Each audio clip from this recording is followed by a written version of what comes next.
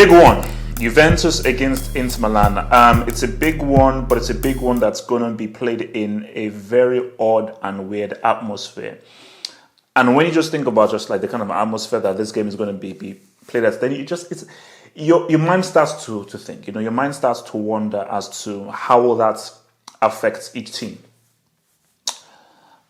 Specifically Juventus, because for me, the home advantage are two things. There are two things to the home advantage. It's the fans and the pitch. That is why it's the home advantage, because it is a home advantage. It's not a huge, massive advantage, but it is definitely an advantage. The advantage of Juventus still have the advantage of the pitch, but they don't have the advantage of the fans, because there is something that motivates you and allows you to play better when the fans are encouraging you, cheering you, egging you on, and the whole thing of like whenever you need it, you can just say, yo, praise up, and that really gives you the extra energy to go that extra mile. But so they don't have that. But what Juventus have is and this comes from anybody who's played football at school or at any level. Playing in a pitch that you've played at for a long time, it breeds brain familiarity, and you just feel much more at home and you feel much more adept. But whereas if it's a pitch that you're not really familiar with, you still feel a bit foreign and you don't really feel at home yet. Really, at the end of the day, it's football be football, but it is still a slight psychological. It's not physical. It's just a slight psychological advantage of having a greater familiarity with the pitch. And so you see, Juve know that they have to win. They have to win because they can't allow Lazio to have a sniff. And I know that they can beat Inter Milan. But the weird thing, which is what makes this game so interesting, is how will the no fans aspect affect both sides? I think because, again, it's weird. None of these sides will have... Because there are games that have been played behind closed doors and everything, but it doesn't happen on a regular basis. So the thing, though, is it's a massive game, but as they walk out, they'll be like, man, it's there with the fans, and we can actually hear whatever everybody's saying, and it's feels error, so it's going to feel odd. But from Juve's point of view, there's no we have to go out there and just take care of business, and we just have to concentrate, play a game, and come through. Sarri is in Class C. He's right now in the Class C bunker of the Breaker Academy, so he needs help. So he needs to be very aware that your job is on the line, because if Juve don't win the Serie and they don't win the CL, he's sacked. Which I think is harsh, but that's not really he's sacked. He has to win either the CL or the Serie. Has to.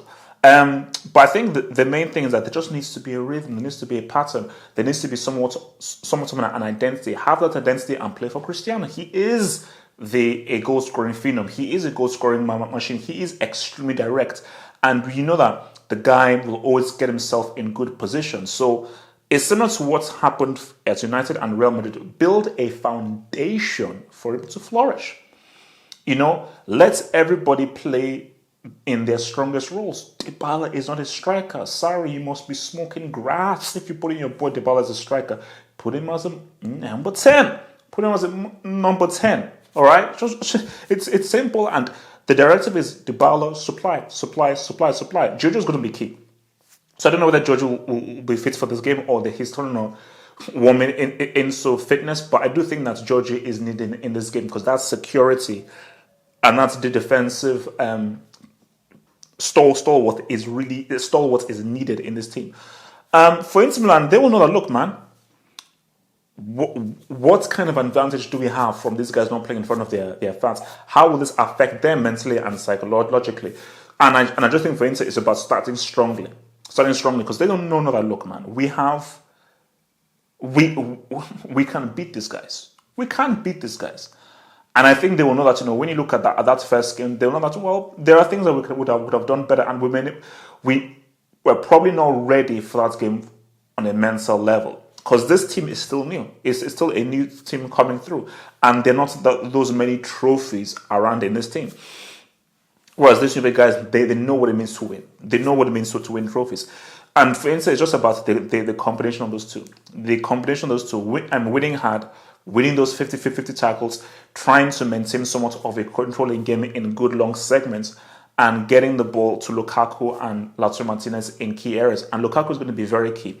Because I think if it's a game where Lukaku's touch is off, is bouncing off of him, he can't really control the ball, could be a long night.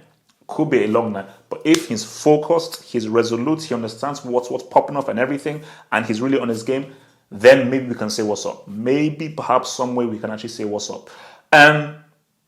So that being said,